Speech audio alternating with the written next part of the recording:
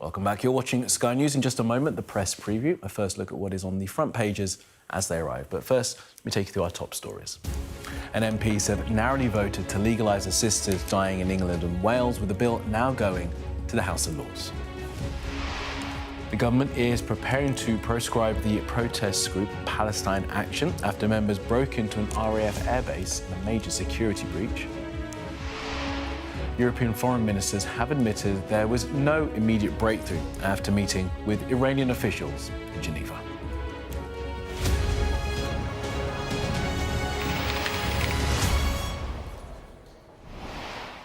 Hello, you are watching the press preview, a first look at what is on the front pages as they arrive. It's time to see what is making headlines with a PR consultant, Alex Dean, and the Guardian columnist, Zoe Williams. They'll be with us from now until just before midnight. Guys, thank you for coming in.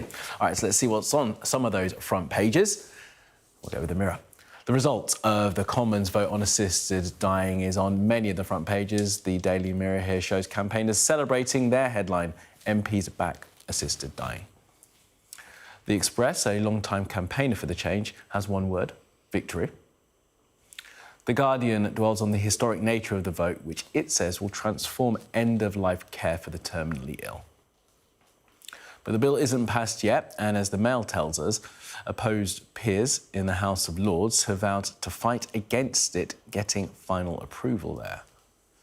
The Times too says the bill still faces what it calls an uphill battle before it can become law. On a more clinical note, the Eye says that the NHS will now have to decide what method it will use to end a person's life. The attack by members of a pro-Palestine group on two aircraft at RAF Brize Norton leads in the Sun. Their headline, Airheads. The paper also says there's fury over the state of security at the base.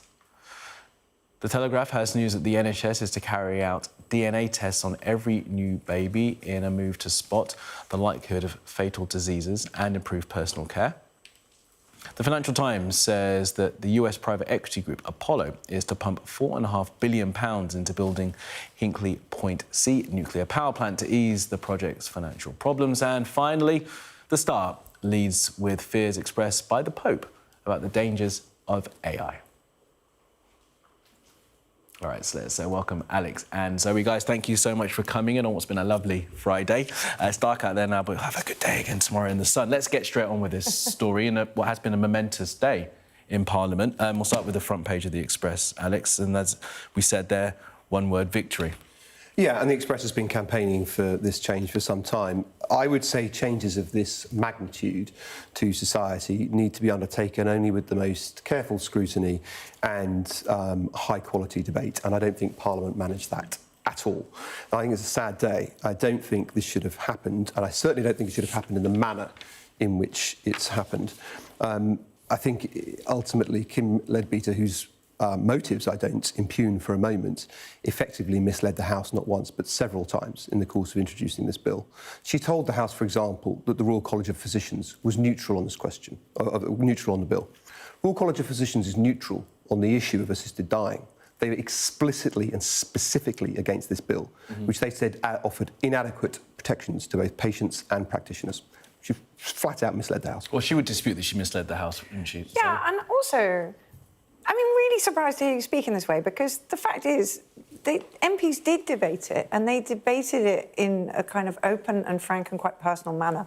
I have a problem with votes of conscience, because I just think there comes a point that you just have to represent the views of your constituents.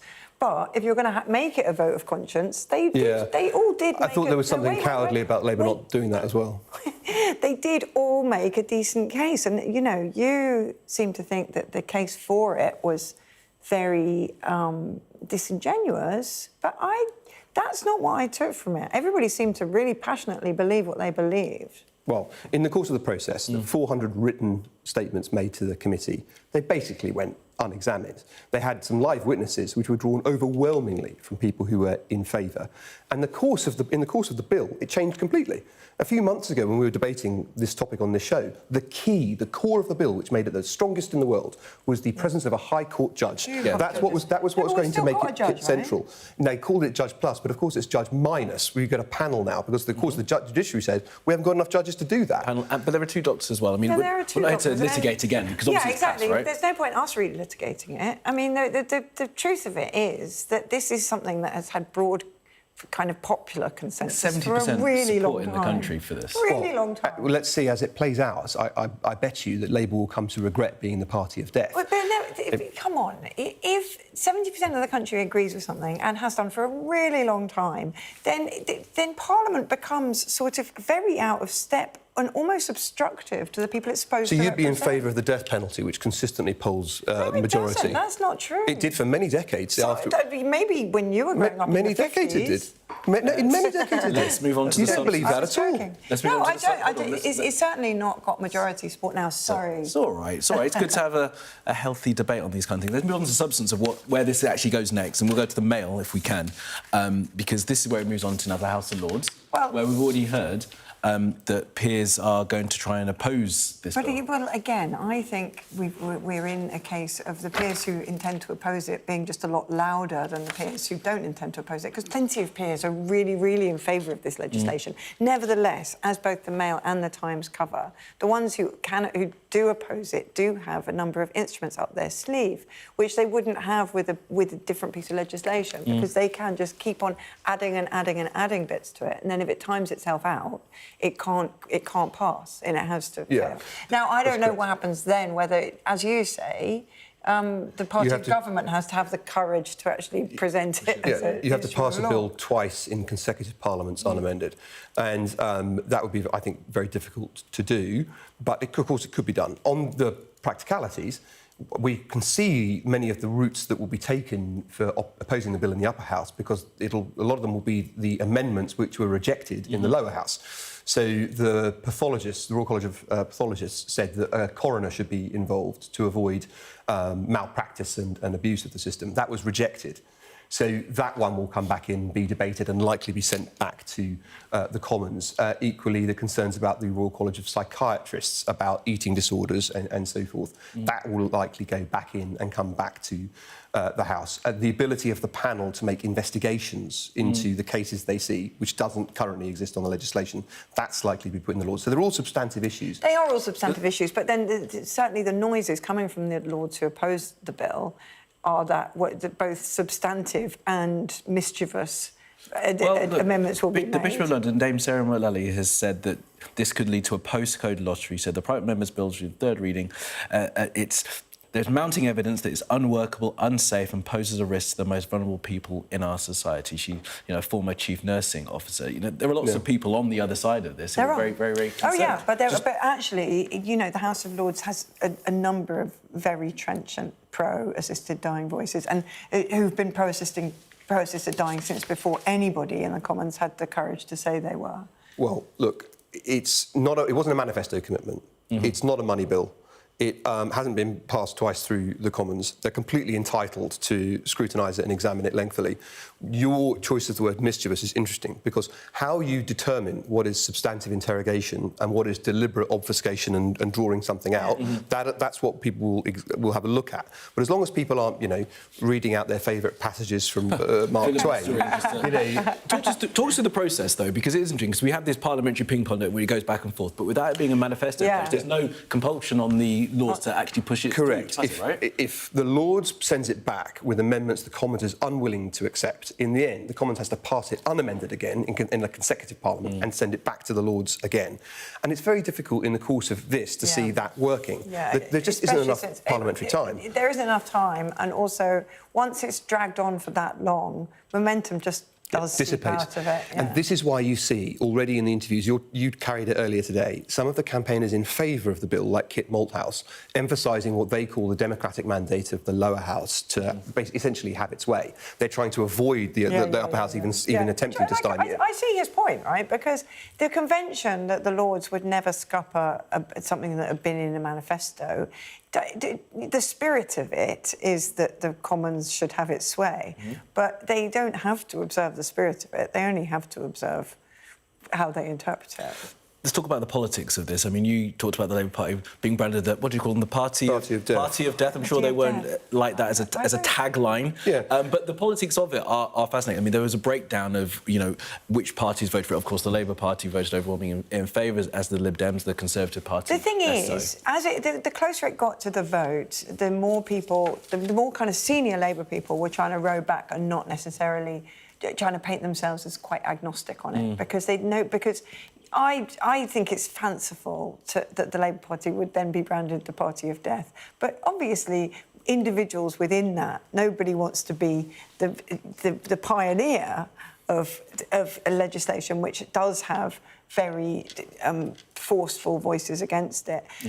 I think the Angela Rayner and Wes Streeting voting against it was quite a big deal. Yeah, and the Justice Secretary. Wes Streeting, as the Health Secretary, is going to be the one who will have to implement some of this if it were to pass in this Parliament. And another amendment that was put down was that if the NHS isn't ready by 2029, it shouldn't go ahead, it should be delayed. And that amendment was rejected. So on the face of the bill, my point is that on the face of the bill, Streeting, if he's still Health Secretary, will have to impose it, even if his officials are saying we're not ready yet. But the thing is that because a lot of people are saying Keir Starmer was trying to play Solomon in the whole thing and not really align himself with one side or the other. But anybody who can remember when he was DPP remembers that he was very much in favour of a very light touch approach with people who were accused of assisting a loved one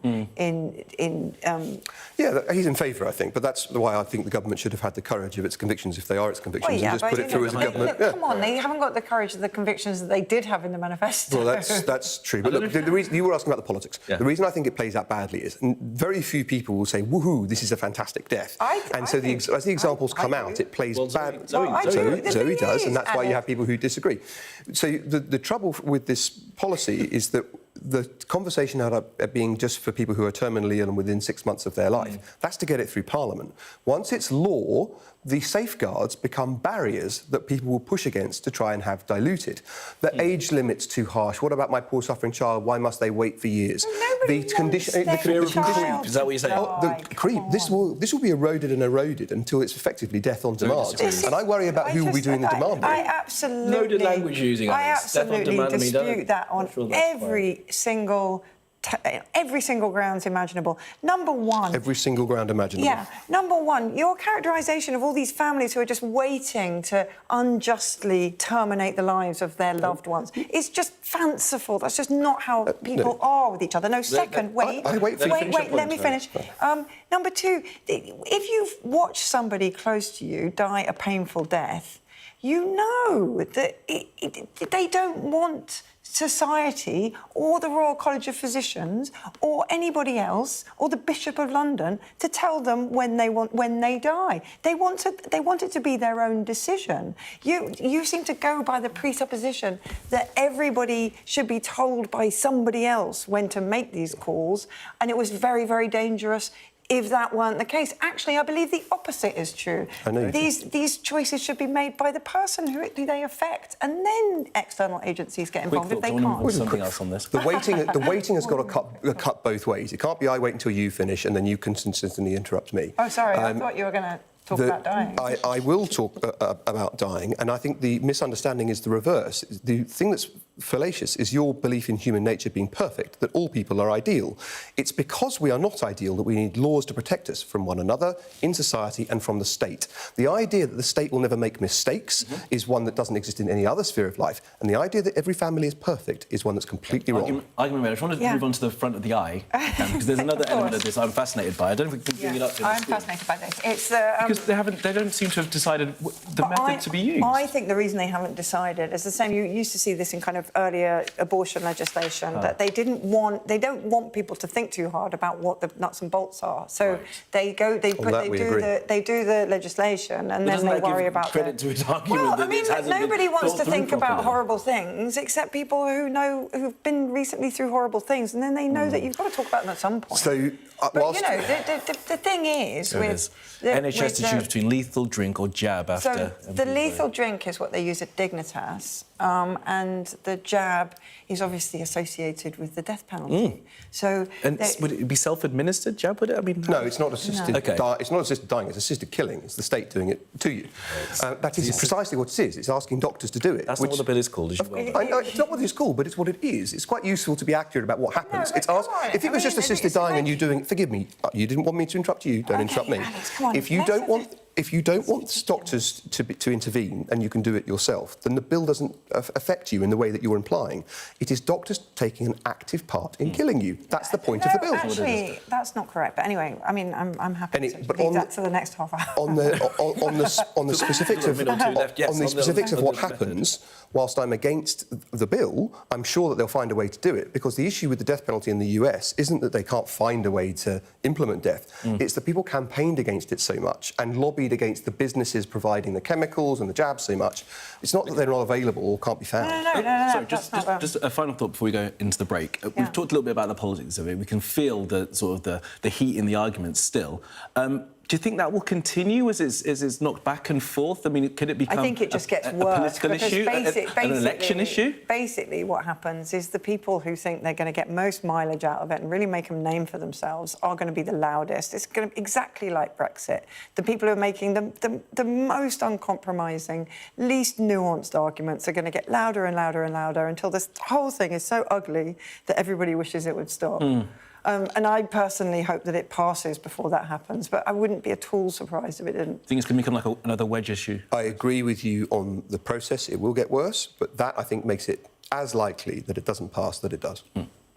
Alex, Zoe, good talk. Thank you. Let's go to break, because we've got plenty more to talk about after these messages. We'll be taking a look at the Sun's take on that action by the protest group Palestine Action at Brize Norton. Their headline, Airheads.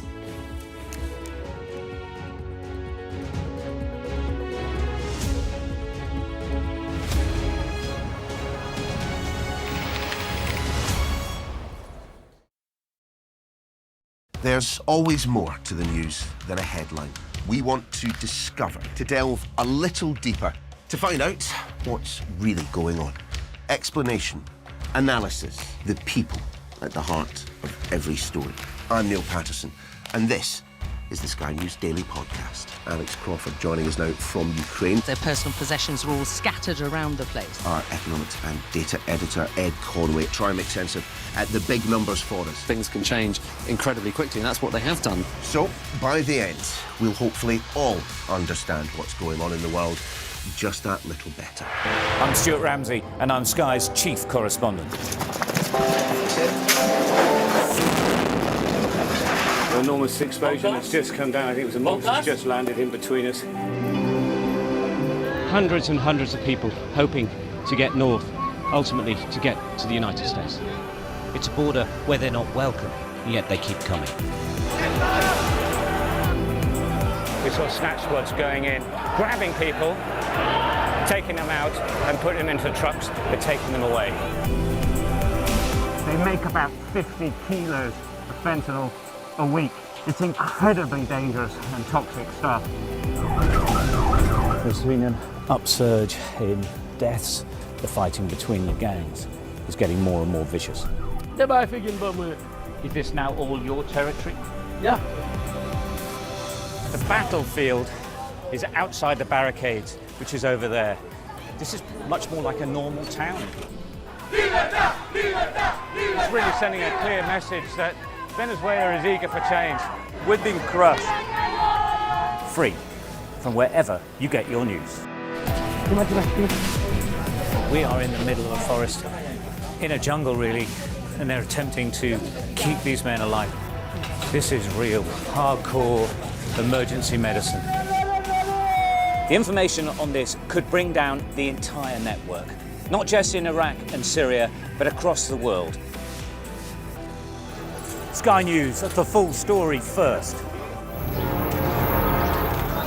Well, hundreds of thousands of people have been using the beast for years to traverse Mexico, but it is really dangerous.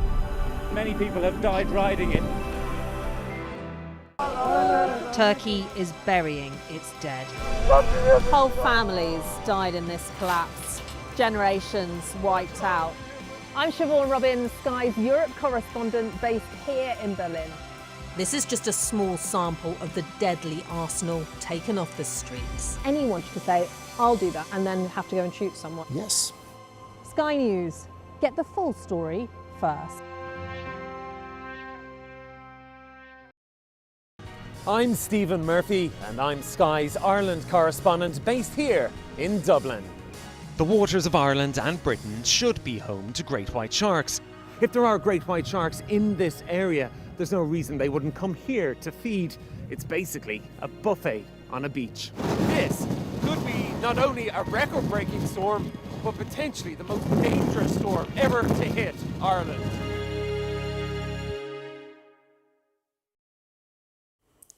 Hello and welcome back. You are watching the press preview. We're still joined by Alex Dean and Zoe Williams. Let's get back into it, guys, if we can. Front of the Sun. Yep.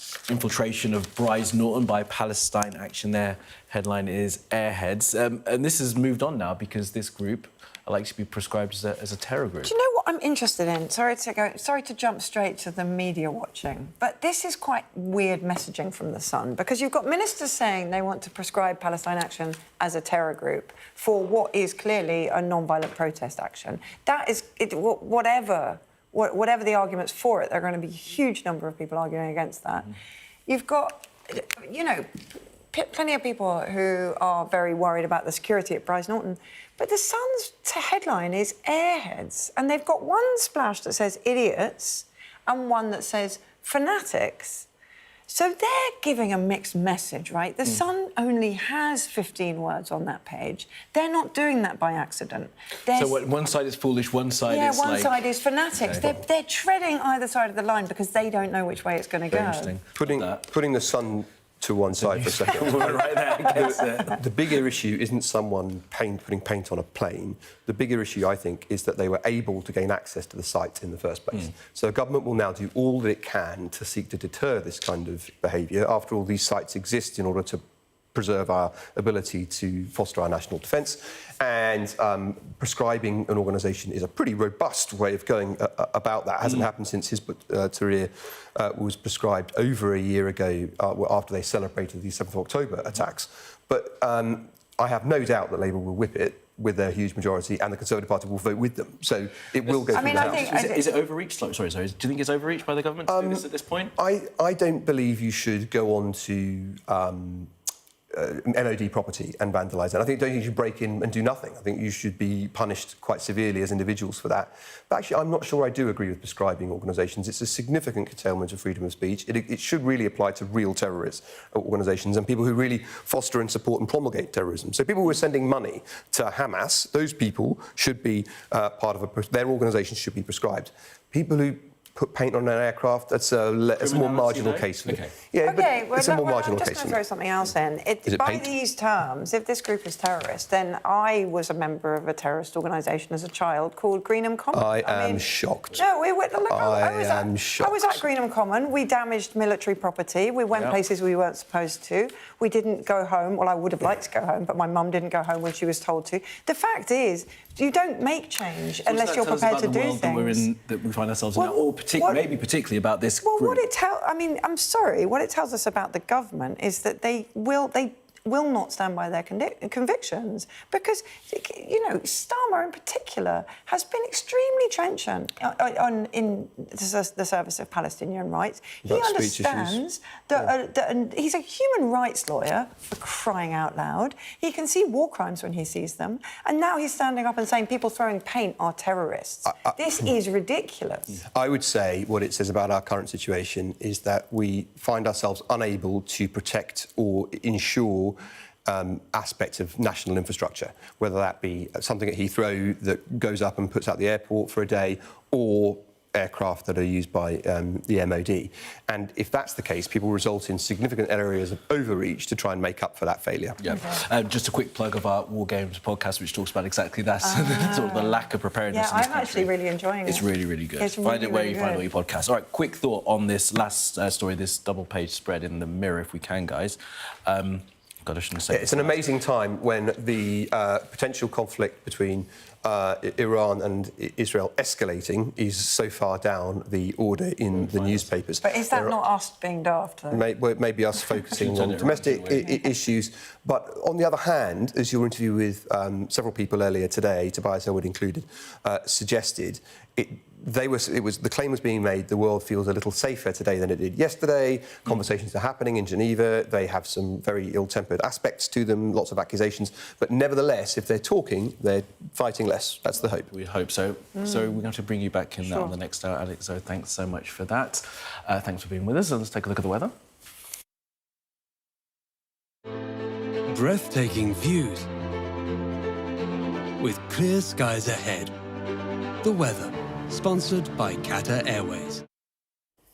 Well, the heat has been building for the last few, with a peak likely on Saturday, which is the summer solstice. Of course, temperatures could reach 34 degrees. However, we are also expecting a thundery breakdown from the west, with temperatures close to average by the end of the weekend.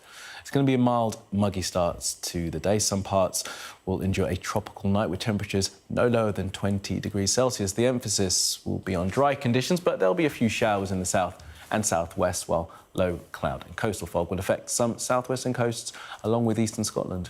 There'll be early sunshine for most, but potent showers and thunderstorms will spread northeast through the day. Breathtaking views with clear skies ahead. Qatar Airways sponsors the weather. We're rolling. Welcome to the world. Our new podcast, starting now. It's very exciting. Every week, we'll be reporting from the world's trouble spots. We get to hold those in positions of power accountable, and we get to ask the questions that the audience, the listeners, want to know about. And that's why it is so important that people tune in, come along for the road, come along for the journey. It'll be fun. Our app gives you the very best of Sky News wherever you are. Breaking news, videos and analysis. Evidence of the crisis. Podcasts, watching us live. Live here from Washington. Wherever you get your podcast. All in one place. And all at just the touch of a screen. The Sky News app. Get the full story first.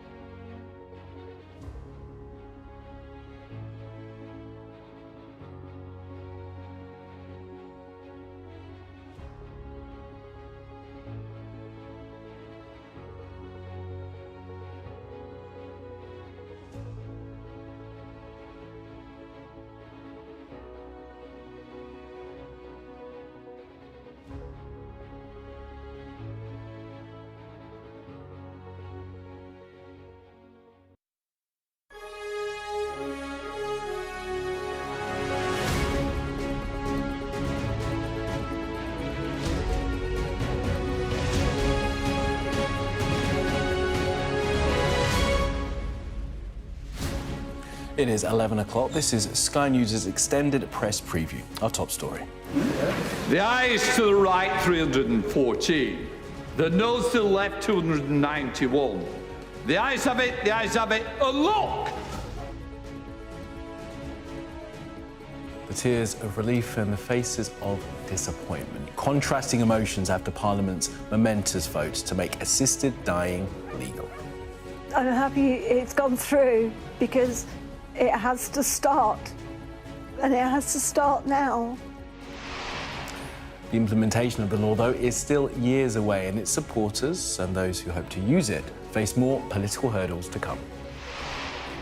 Also tonight, from protest to prescription by the government, why the group which broke into an RAF base faces being effectively branded as terrorists. The latest attacks a week into the conflict between Israel and Iran as Iran's foreign minister meets European counterparts, including Britain's. Well, over the next hour, we'll be discussing today's news with our reviewers, Alex Dean and Zoe Williams. And we'll have a full run-through of tomorrow's front pages too.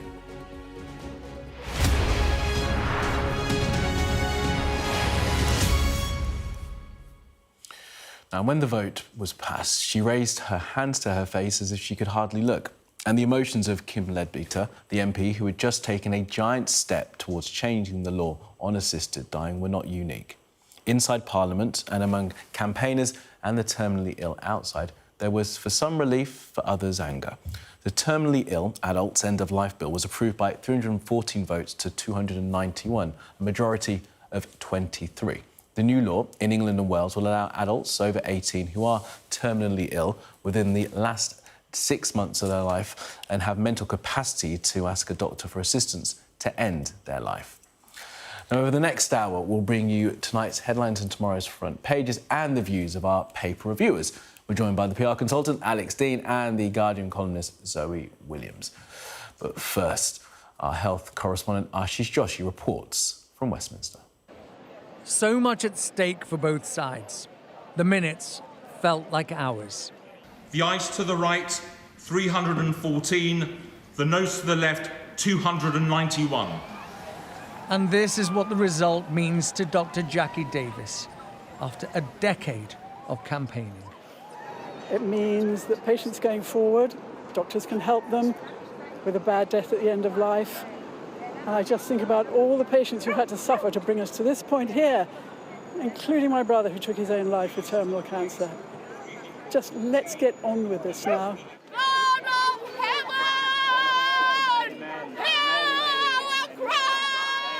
But for those who stood against assisted dying, a vow to continue the fight. I'm so disappointed that these MPs have not voted to protect the most vulnerable people in our society, people who feel the pressure to give their lives up for their relatives, for the state, for the cost of it, whatever it is. I'm so disappointed they voted against protecting life.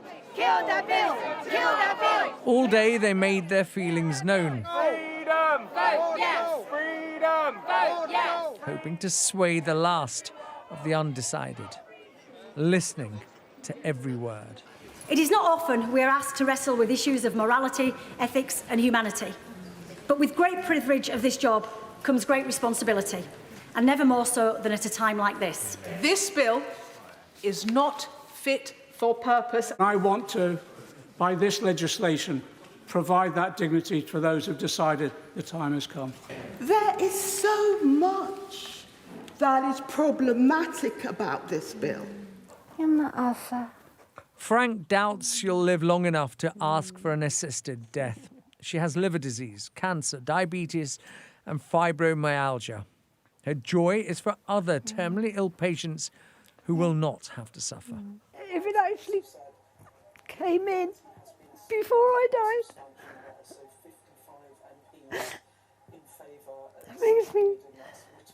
it makes me feel like I have my own choice. It makes me feel that I can go with dignity. But for disability campaigner Mike Smith, this result brings worry and uncertainty. No one wants to see people suffer. I've seen my own father, my own aunt die of cancer. It's not nice. But it just bewilders me that MPs can make a decision and not understand or think about the context and the society into which this legislation will be implemented. We are not dead yet. The debate has exposed deep divisions. Where there is hope, there is also fear. The passing of this bill will bring about seismic societal change as important as the decriminalisation of homosexuality or the legalisation of abortion. But today's vote is not the end of the story. In many ways, it's on to the next chapter. Our freedoms, our choice. Listen to our voice. History has been made. For those who have fought so long and so hard, they must endure a little more. But they know that irrevocable change is at last underway. Ashish Joshi, Sky News at Westminster. Let's take a look at how some of the papers are reacting to that story. The Mirror shows campaigners celebrating with the headline, MPs back assisted dying. The Express, a long-time campaigner for the change, has one word, victory. The Guardian looks at the historic nature of the vote, which it says will transform end-of-life care for the terminally ill. But as the Mail tells us, peers in the House of Lords opposed to the bill have vowed to stop it getting final approval. The Times too says the bill faces an uphill battle before becoming law. But if it passes, the Eye says that the NHS will then have to decide what method will be used. Right, let's get the thoughts of Alex and Zoe. Guys, thanks so much for being with us and for staying with us. So look, a momentous moment in the Commons today. It is a momentous moment, but as you described in those headlines, it's varyingly momentous according to how much the papers believe it's going to pass through into law. Even if it were to take 4 years, that's still what many people believe way too long once you've made the decision. But actually, if it does get really hindered by the Lords, which the Times describes in great detail how that could happen, if it doesn't make it through the Lords with or without amendments by next May, then it will fail whatever happens. Well, it's interesting you think that delay might be bad. Yeah, I do. So I think if you're going to take your time to get something right over anything, then this is absolutely the thing you should prioritise the most, to take your time to get it right on. After taking life, the state being able to end life fundamentally changes the nature of medicine in this country. The moment you go to hospital, you know what your doctor is for. They may not succeed, but you know what your doctor is for. It's to keep you well and to try and keep you alive. Now you may go into hospital, and once this is law, and think, am I going to come out alive? Not because of my health, but because of the doctors that I see. And Diane Abbott, in the debate today, spoke passionately, and she said, what could be more unjust than dying because of appallingly drafted legislation? So if you think, if you want this to happen, which I know you do, then surely you would be in favour of it taking the appropriate time to get it right. I mean, I don't know if we've been living in the same politics for the past 10 years, but I do not think having ceaseless, increasingly tribal parliamentary debate about legislation actually improves the quality of the legislation. Is it the time spent, though, on the legislation? I mean, look, if it were, as Alex believes and any of us could describe, really careful, thoughtful, consensus-driven people trying to make the legislation as good as it could possibly be, then, of course, any delay would be completely worth it for that. But what it sounds like, from the way certainly the Mail and the Times are describing its uphill battle, is people putting in amendments which have already been turned down by the Commons, putting in amendments which they know are just deliberately going to delay it, trying to string it out by arcane parliamentary practices, and probably, let's be honest, devolving into a fight about whether the laws should be able to have that much impact on legislation which the Commons have already passed. And just talk us through the process of this as well, because this is not wasn't in the government's manifesto. It's not in the manifesto. To pass through, it's not a money bill. It hasn't come through the Commons unamended twice. The Upper House are entirely entitled to interrogate it at length and to make amendments to it which would go back to the Lower House. The Commons equally is entitled, if they wish, to return it to the Lords again unamended. But you need to do that over the course of consecutive sessions rather than in one session if the two houses are in dispute. And it's difficult to see that taking place for the reasons we've described. It's a private member's bill. It's not a government bill with government time and with the government's commitment. The upper house doesn't have to give way because it was a manifesto commitment. It wasn't. It's not a money bill protected by the Parliament Act. So there's lots of room for the upper house, on one view, to make mischief, on the other view, to interrogate and to make contributions. And interestingly, the upper house could also start doing some things that the royal bodies have been asking for. So the requirement that a doctor is a specialist in the condition that you have was an amendment explicitly rejected in the lower house proceedings. I anticipate that coming back and being debated at length. Because it's a private member's bill, it had limited time to be sort of debated, didn't it, in the Commons? Does it still have that sort of limited time now that it's in the Lords? No, the Lords isn't subject to the same constraints, I don't think. That is correct, but if it comes back, then it will still be on like a Friday, as we talked about, right? I do need to come back to something you were saying earlier. This bill does not give your doctor the right to kill you, Alex. It gives you the right to ask your doctor to kill you. And frankly, that's a right that way back when was completely taken as given with terminally ill patients. Whether you put a bottle of barbiturates on the side of the bed and say, take one spoonful if you don't feel great, and take the whole lot if you don't want to wake up. That was routine. This show is online and people can watch back. I never said it gave your doctor the right to kill you. I said that doctors would be actively playing a role in ending your life. Wow. It wasn't just suicide. That was the distinction that I was making. You shouldn't misrepresent me. And I think that, as well, if I can sort of take your argument further, Zoe, that he's making, is that with this bill there could well be a creep forward, that you're going to end up... The parameters of where we are now will change as time goes on. I mean, obviously, any piece of legislation, once it's tested in reality, will need amendment. I mean, it just will. That's the nature of... That's the nature of change. The Abortion Act has just had a major amendment to take it out of criminal law altogether, and it needed that.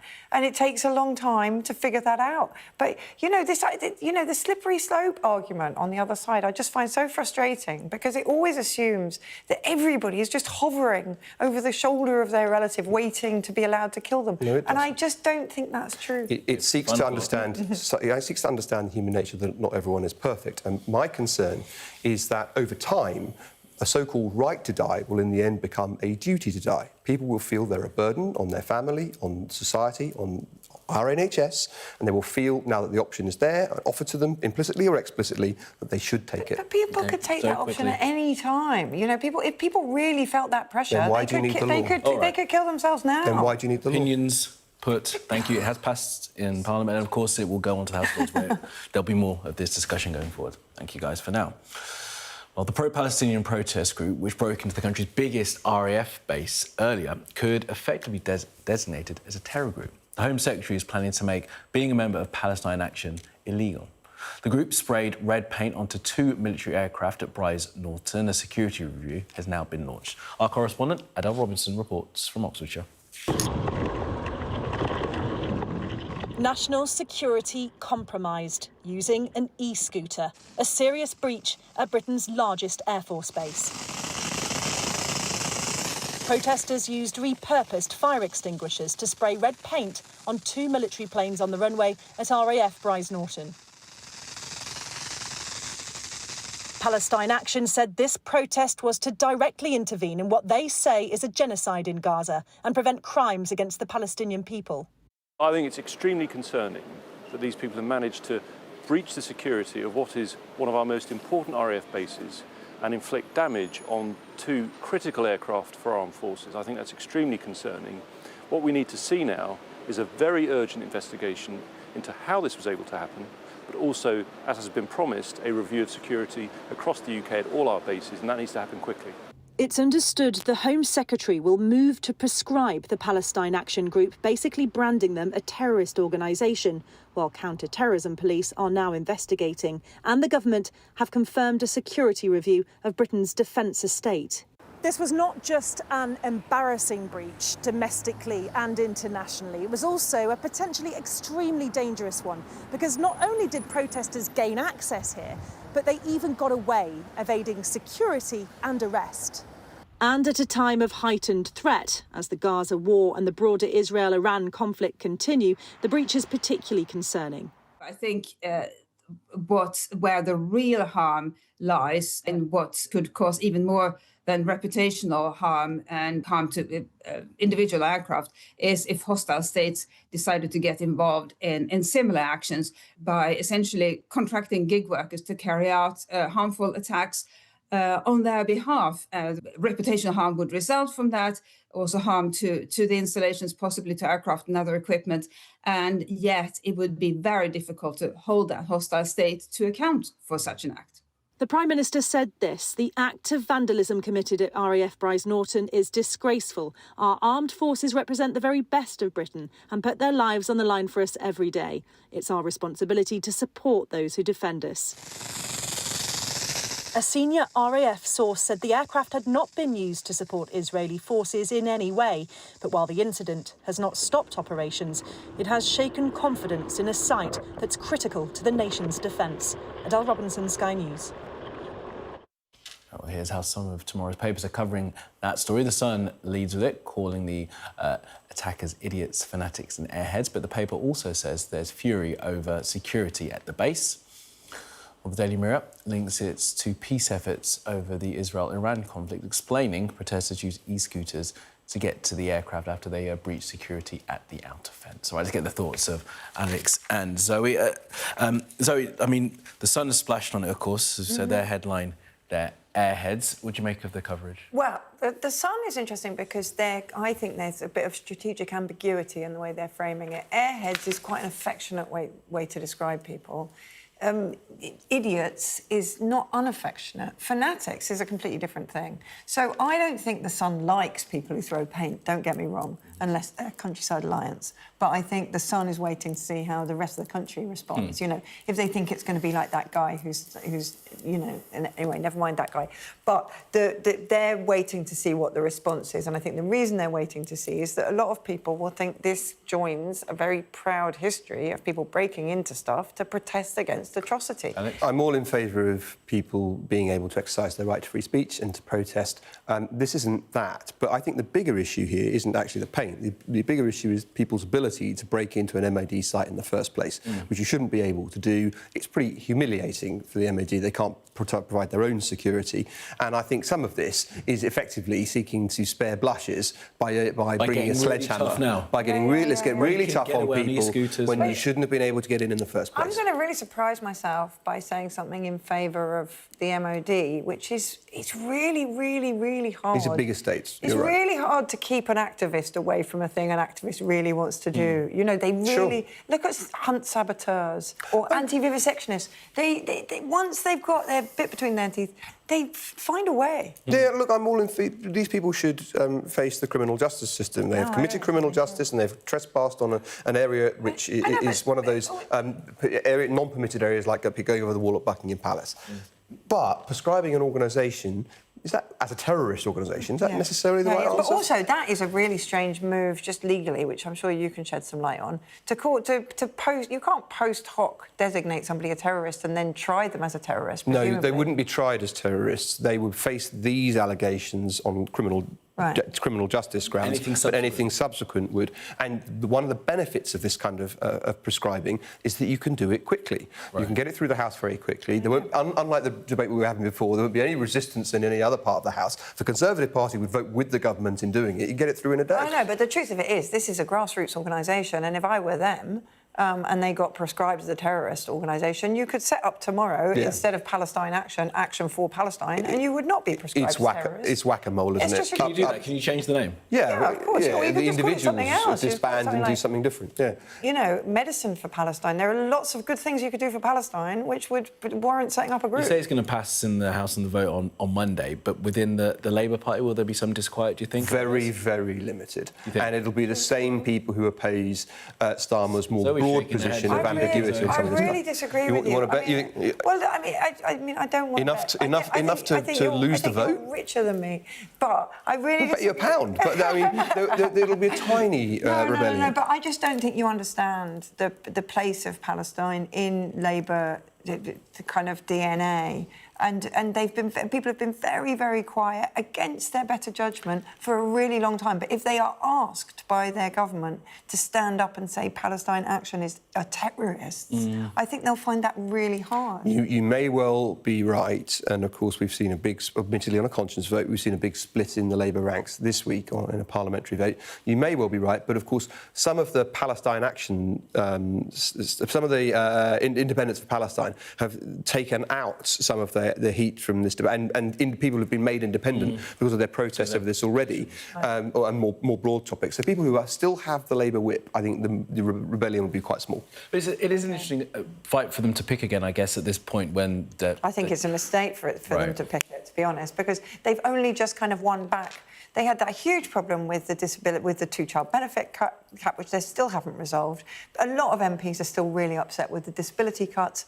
The winter fuel payment is partly, the U-turn on that is partly because for which they get very little credit. We're so unhappy, and so they're not getting, they've done this. So what's the politics of doing it then? I mean, you talked about this sort of sledgehammer because of the embarrassment of Brize Norton being the thing one has to recall is that Starmer wants to be seen as a statesman, and internationally he's played a pretty good game. I mean, he's done well with Trump, much better than most world leaders. He's been seen as a fair dealer with Ukraine. He's talking about Israel-Palestine. The last thing he needs is you can't even protect your own aircraft. Sorry. Got to do something, so we're going to make him a terrible. Yeah. Well, we'll see what happens come Monday, Alex. Yeah. So thank you for that. You're watching the press preview. Still to come. We'll have more on that report in the Times that paranoia and fear are stalking Iran as the Ayatollah is said to be hiding in a bunker.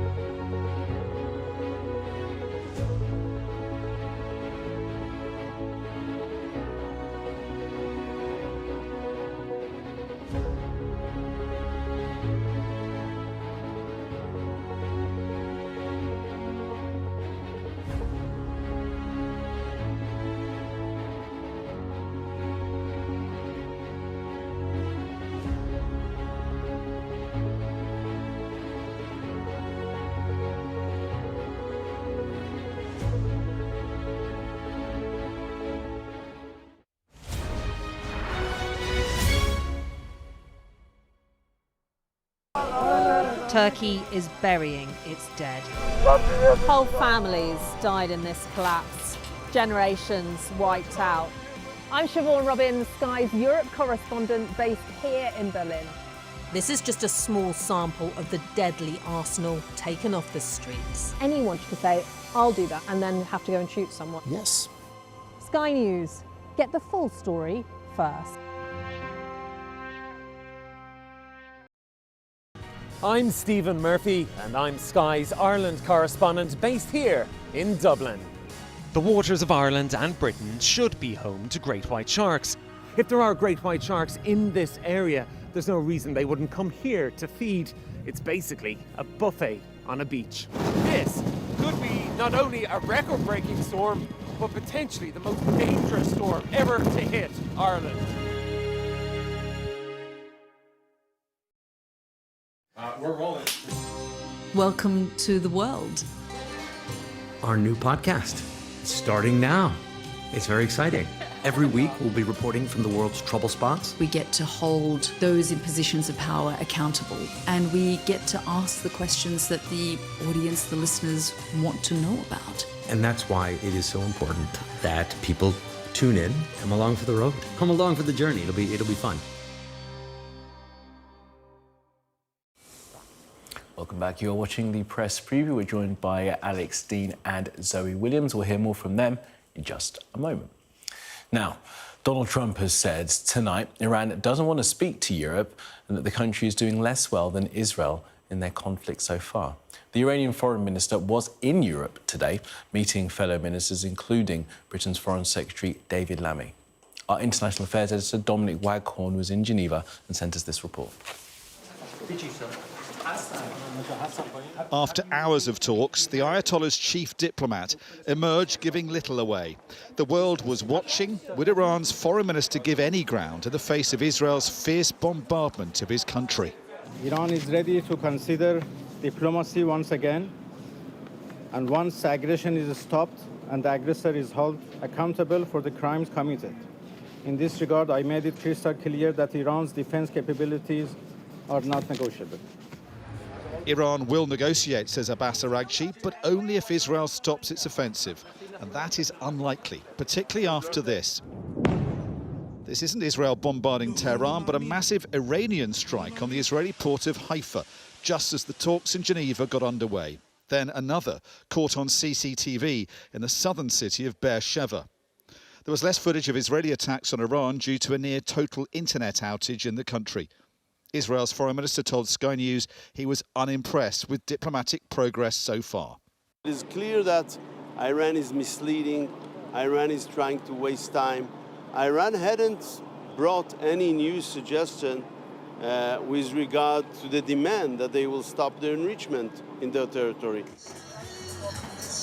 The sultry serenity of Geneva may seem a million miles away from this conflict, but it's been the venue of diplomatic breakthroughs in the past. Could it work its magic again? French, German, British diplomats were here to tell Iran it needs to make concessions before American President Donald Trump loses patience. I think what coming together with European colleagues today we were urging is Iran to take that off-ramp, to be serious about the diplomacy that is required at this moment, to meet the moment and to deal with the concerns that the international community have. President Trump says US military action could come within 2 weeks, should diplomacy fail. On the strength of today's events here, it is not succeeding. Iran doesn't want to speak to Europe. They want to speak to us. Europe is not going to be able to help in this. Well, after almost 4 hours of talks, there's not much progress that can be reported from here. No real sign of a breakthrough. The best we can say is the talks went on longer than expected, and they have agreed to carry on talking. But time is ticking, and that 2-week deadline set by Donald Trump is approaching ever faster. Embattled and bombarded, Iran is increasingly isolated, but it is not yet buckling to the pressure. Dominic Waghorn, Sky News, Geneva. Let's take a look at how some of the papers are reporting this. As European leaders plead with Iran to negotiate, the Mirror dubs the meeting in Geneva a race to stop World War III. Paranoia and fear stalk Iran as the Ayatollah hides in a bunker is in the inside pages of the Times. Right, let's get Alex and Zoe's thought on this. I mean, they've met in Geneva. Talks seem to have progressed, as our Dom was reporting, Waghorn was reporting from there. They went on longer than I think people thought. Then Trump came out and said, well, Iran doesn't want to talk to the Europeans anyway. They want to talk to us. There's an interesting tension because our leaders across Europe want to be seen as statesmen, want to be seen as peacemakers, and they want peace in the region. They also really, really don't want Iran to have a nuclear bomb. And those two things don't necessarily go together. And there is a sense, certainly amongst some, that Israel is doing the rest of the democratic world's dirty work for it. And so you have these conversations and you can talk about your desire for peace, but you're quietly quite happy that Israel is undertaking this activity. I don't think that's right. I mean, the Iranian... Nobody thinks the Iranian regime is great, but the foreign minister did have a point when he said they were in negotiations with the Americans about discontinuing the nuclear program, which they didn't actually... The Americans had overblown in the first place. You don't think they're trying to build the bomb? Well, no. I mean, I think they perfectly plausibly could be trying to. I don't think they're as advanced as the Americans say they are. I don't think the Americans are even consistent in how advanced they say. said that they weren't, and then Donald Trump again tonight said that she was wrong. It's completely inconsistent and arguably incoherent. It's actually quite unfair to start bombing a country while you're in the middle of a negotiation. But the idea of they're definitely trying to get the bomb, how close they are to a bomb. The point of them not having bombs, what David Lammy did say today, that Iran cannot have a nuclear weapon. Well, of course, but, you know, the point is... A lot of people are old enough to remember Iraq and the absolute certainty that they had weapons of mass destruction, the enormous amount of death and awful chaos that was unleashed by that, and the fact that it actually wasn't as pressing. Real echoes of it. Exactly, and it echoes too in the fact that nobody is a fan of the Ayatollah. Nobody thinks he's running a great country in which people are happy and healthy and getting enough to eat. That's not the point. The point is that just launching... The people who suffer are the people who get hit by bombs, and it just needs more thought than they've got nukes, they haven't got nukes. So Donald Trump has said he's going to give it 2 weeks for, I think he said, people come to their senses, for more talking to happen. There could become a point, though, when Britain will have to decide whether or not we're going to be supportive of whatever Donald Trump decides to do. I think it's very unlikely that we part ways with the Americans in the end. If Trump commits to a course, I think it's quite likely the UK will follow that course, and if he doesn't, then we won't go alone. But what I don't understand is how we're supposed to do the level of brown-nosing that we're required to when the target won't stay in the same place. I mean, that's just not possible, right? The Times has a very interesting piece on this about the Ayatollah hiding in a bunker. No, I don't mean that target. I mean the person we're supposed to creep the justification. To. Yeah. Well, on this specific target, there may be in Iran, apart from nuclear weapons, they may not be building. The Ayatollah himself, Sama al-Atroush, who tends to be very well informed on this stuff, points out that we may remember the former leader of Al-Qaeda, former because he was in the end assassinated, Zawahiri. There was a rumour going around, including this channel and many other places, that he was dead. And the CIA and MI6 knew better. Right? But they wouldn't say so because they had eyes on him, and saying we know he's alive would reveal that they knew he was alive. Donald Trump doesn't care about any of that. Donald Trump takes to Truth Social to say, I know exactly where he is, which is the kind of thing your intelligence officers normally don't want you to say. And I suppose it's just so brazen. He's saying, if I want to kill you, I will. Yeah. I don't know. I mean, I think we give Donald Trump too much credit when we say, oh, he's torn up the rule book because he's got some new rules. He just doesn't know the rules. He doesn't remember them from one minute to the next. He doesn't see the point of them. He's not fit to operate in this delicate territory. In a briefing as sensitive as here is where the Ayatollah of Iran is hiding during this war, it will come with a top-secret, do-not-reveal. And so, to your point, he's literally ripped up the rules. They've possibly taken that bit off and said, right, do you know what? Here we go. There's too much hassle to type it. I'll just scan this one in. But again, I mean, look, that is funny. It's a funny way of looking at it, but this is such a serious moment. And that's why this is so remarkable, isn't it? That we find ourselves at this point where we're discussing this in these kind of slightly flippant ways because of some of the leadership that is in charge of making these decisions. It's also, you know, it says race to stop World War III. People keep asking this loaded question, will this drive us to World War III? There are a large number of defence experts who think we're already in World War III. Yeah, we just didn't notice. What do you think World War I and II looked like when they started? They didn't look like VE Day. They looked like a large number of massive death events with international organisations powerless to prevent them. So whatever people think about Israel and its actions more generally, if you think about their enemies in the world, Hezbollah and Hamas have been significantly repressed. And hang on. My point is, if you're looking at a shopping list where they were seeking to act, Hamas, Hezbollah, the Houthis, Iran was the last and biggest and most significant one on that list, and this is them seeking to clean that list. That's what you say, clean a list. I say a genocide of 60,000 people so far. It's not a shopping list, and it's not a joke. It's absolutely. Well, I wasn't making a joke about that. I was being deadly serious. It's dismaying in the most profound way to watch the international world order completely powerless to prevent or in any way censure these mass death events. You would want them. You would want to stop them. You would want to stop them even taking action against Iran if they've got nuclear capabilities. Yeah. I mean, I really don't believe in bomb them first, ask questions later. I've seen that play out. OK. Zoe, Alex, thank you for that.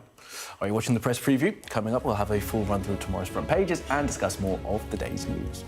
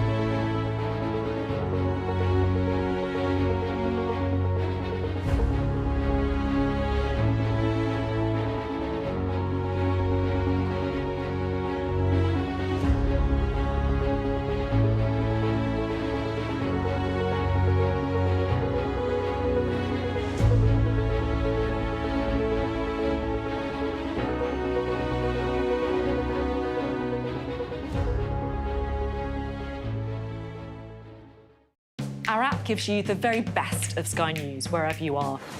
Breaking news, videos and analysis. Evidence of the crisis. Podcasts, watching us live. Live here from Washington. Wherever you get your podcast. All in one place. And all at just the touch of a screen. The Sky News app. Get the full story first.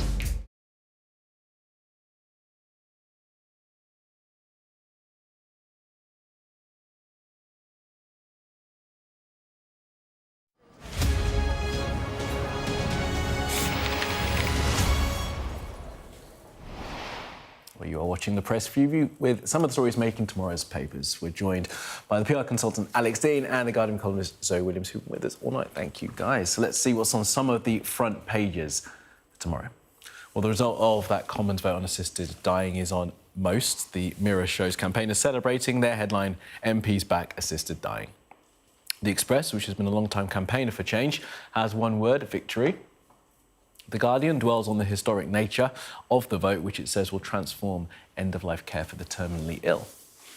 The bill isn't yet passed, and as the Mail tells us, peers in the House of Lords have vowed to fight against it getting final approval. The Times, too, says the bill still faces what it calls an uphill battle.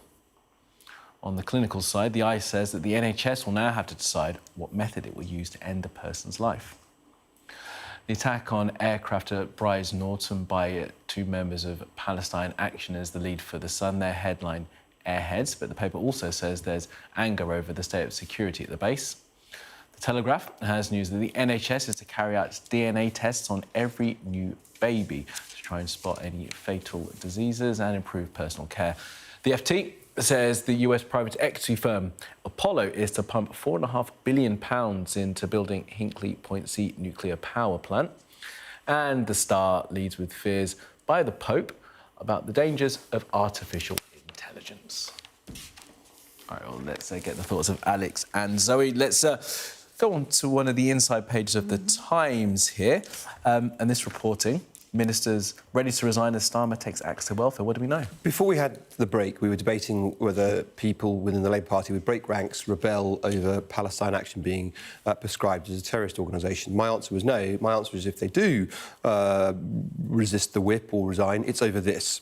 Right? Very few Labour politicians went into public life to cut welfare. Of course, that's not what the government calls it. They call it welfare reform. But it's very difficult for the fair-minded observer to look at this and the package that someone would have after it as compared to what they had before and not say it's cutting welfare. Interestingly, the piece doesn't tell us anyone who's actually threatening to go, and you very often find people rattle their sabres a lot louder than they are willing to produce them. But if the piece is anything like right, a senior government figure believes a dozen people in the government would find it impossible to support the government over these measures, and perhaps 80 Labour MPs, which would of course include backbenchers, are holding firm on not voting with the government. I want to see some names. I'm completely with you. Right. But we had a Labour MP... Oh no, I probably can't say that. Anyway, forget any Labour MPs. The point is, there's not just the kind of green shoots of a rebellion. There's also genuine chatter about people defecting to the Green Party. Wow. Over this? Not over. Well, okay. It's kind of over the kind of aggregate of the direction of travel. And what you've got to think about is, even 6 months ago, to go against the government and assure that you would never get onto the front benches would be like shooting yourself in the foot.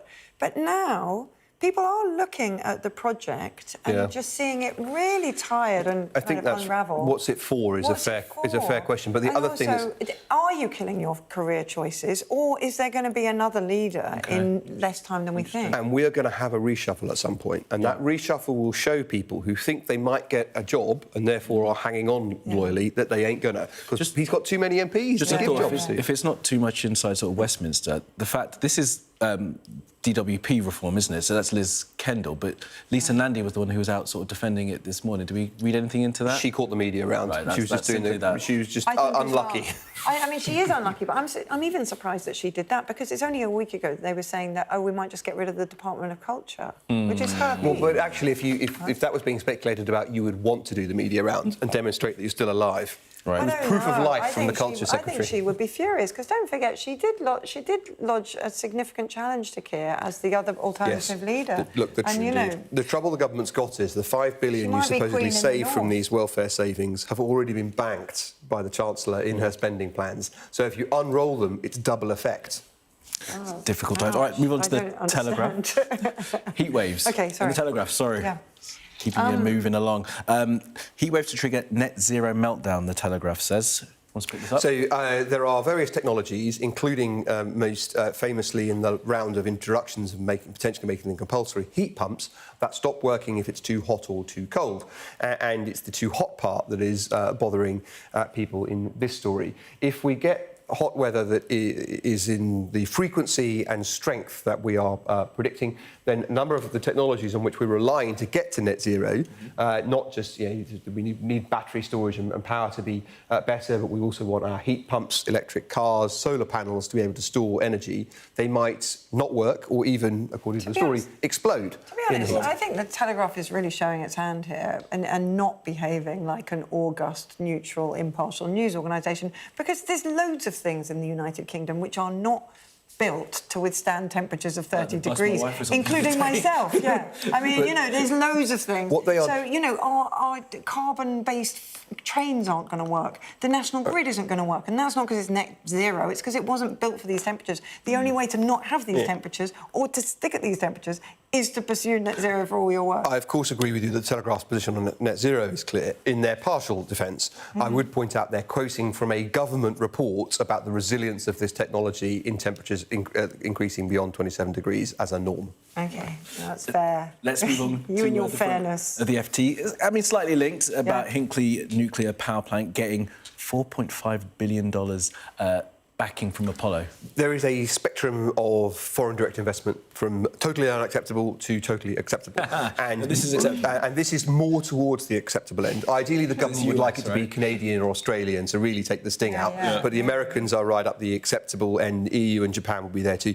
The unacceptable end is China, right? So that's what they're trying to row back from. And American money going into Hinkley C, and God, it needs more money, is very welcome for the government. How did they unwind the Chinese deal with Hinkley, or did that just expire?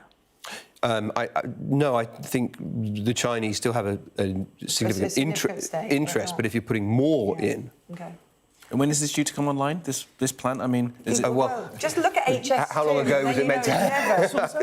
It's still going. It's insane. It does kind of fill you with dread, doesn't it? You just think, oh, my God, why don't we just admit we can't build things? We can't build tunnels, we can't build trains, but we'll definitely get it right when we're killing you. Don't worry about that. I knew we'd come back to Sister Diane. All right, let's move on to... We haven't got loads of time. The last story then today. ADHD in schools. Schools and officers told to offer ADHD help without a diagnosis. Can I tell you a story about schools? OK, basically, this story is the one that so many parents deeply suspect is true and will be waiting to see written down, which is that schools are kind of out of capacity. The NHS is out of capacity to actually assess kids. So it is ending up quite unfair on the kids who can't get an assessment on the NHS, because kids who can pay for an assessment can, of course, have extra time in exams, they can have extra support in classroom, they've got a badge for themselves so they can, go forth with their ability passport. And this is the natural result of that in the end, which is that you just have to self-certify. And it's ADHD help without diagnosis. I've just had a scroll through it. I don't think it's medication necessarily. No, it's just extra help and extra time in exams. The interesting thing about it, the flip side of that story, is you recall last year and this year, the Health Secretary Wes Streeting has made the point that he believes, and people advising him believe, that we are over-medicalising, we're over-diagnosing conditions, and that in itself is causing stress and anxiety and so forth. Well, if that's right with people we have diagnosed, how much worse is it going to be when we start treating people who haven't even got a diagnosis? The thing is, I mean, my kids won't read anything in The Guardian ever, but the story about private school kids getting, I think, 33% more extra time than kids in state schools went round them like wildfire. OK, sorry, Alex, on that note, thank you so much. Thanks very much. All right. Well, thank you, of course, to Zoe and Alex. As I said, coming up next, the sport. Ben Stokes chose to field on the opening day of the first test against India, but was it the right call? There's always more to the news than a headline. We want to discover, to delve a little deeper, to find out what's really going on. Explanation, analysis, the people at the heart of every story.